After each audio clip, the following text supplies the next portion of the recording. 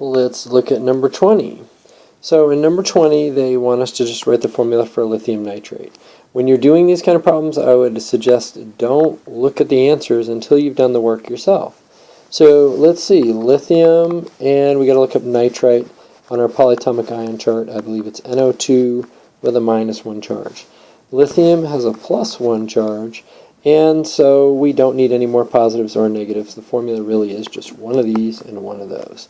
So let's see, not A, because that's lithium nitrate. Nope, all the rest of these are wrong. Looks like B is going to be the correct answer. 22, they want us to write the name of potassium chlorate, and it really is just potassium chlorate. It's not chloride, because that would just be chlorine at the end. It's not chlorite, because that would be ClO2. It's definitely not chlorite, so it comes down to D or B. And then we have to ask ourselves, do we need that Roman numeral in the middle? And of course we don't, because potassium is not a transition metal, so there should be no Roman numeral. And so D is the correct answer. Number 22. They want to know which of the following has the correct name and formula listed together. So let's go through and look at them. So let's start with the first one. So we don't really know if the formula is correct, although I might come back and check charges if the name doesn't match. But actually I can tell right away that there's something wrong with the name. You see that it has tri in it and it has mono. And those prefixes would be used only for covalent substances. But sodium is a metal and nitrogen is a nonmetal, so it is an ionic substance. So right away we can rule out A. If we look at B, we'll come back and check the formula and check charges in a minute if the name is okay. And calcium hydroxide seems right. It's not like it's missing a Roman numeral either.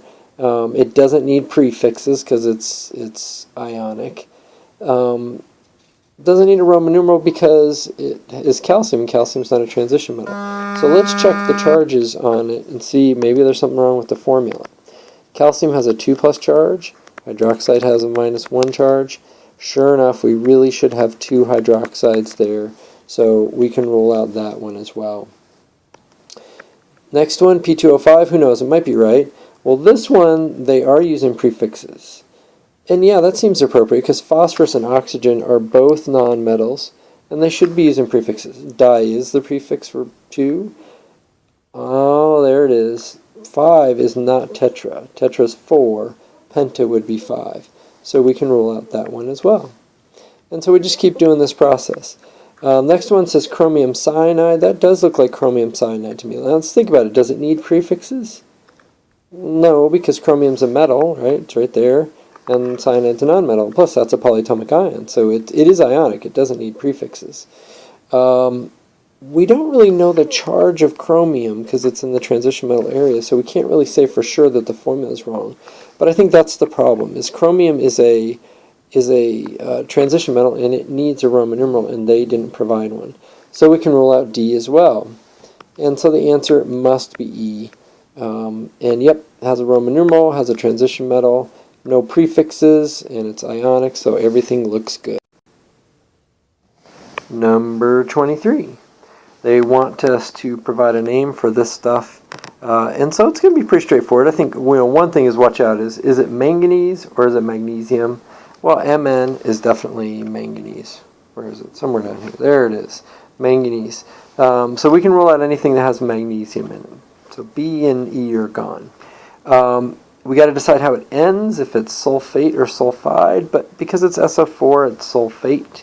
It would be just S if it was sulfide. And then lastly, we have to ask ourselves, does it need a Roman numeral or should it not? Well, manganese is a transition metal, and it's not zinc and not silver, so it definitely is going to need one. And since there really isn't anything other than those two, 2 has to be the correct answer. So manganese 2 sulfate, A looks like it's the correct answer. By the way, if you do have to figure out the charge yourself, remember, write down how many of each type you have. Well, we only have 1 manganese and 1 sulfate, and when we look up on our polyatomic ion chart, the charge of sulfate is -2, so therefore that had to be +2. And then lastly, let's look at 24. Which of these is an example of metallic bonding? Well, metallic bonding is just the bonding that occurs between 2 metal atoms. It's definitely not ionic bonding, and it's not covalent. And so the answer turns out to be A, because 2 potassium atoms are metals, and so it must be metallic bonding.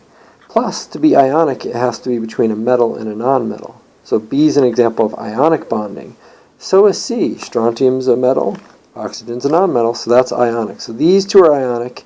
That's covalent. Between nitrogen and oxygen, they're both nonmetals. It's covalent.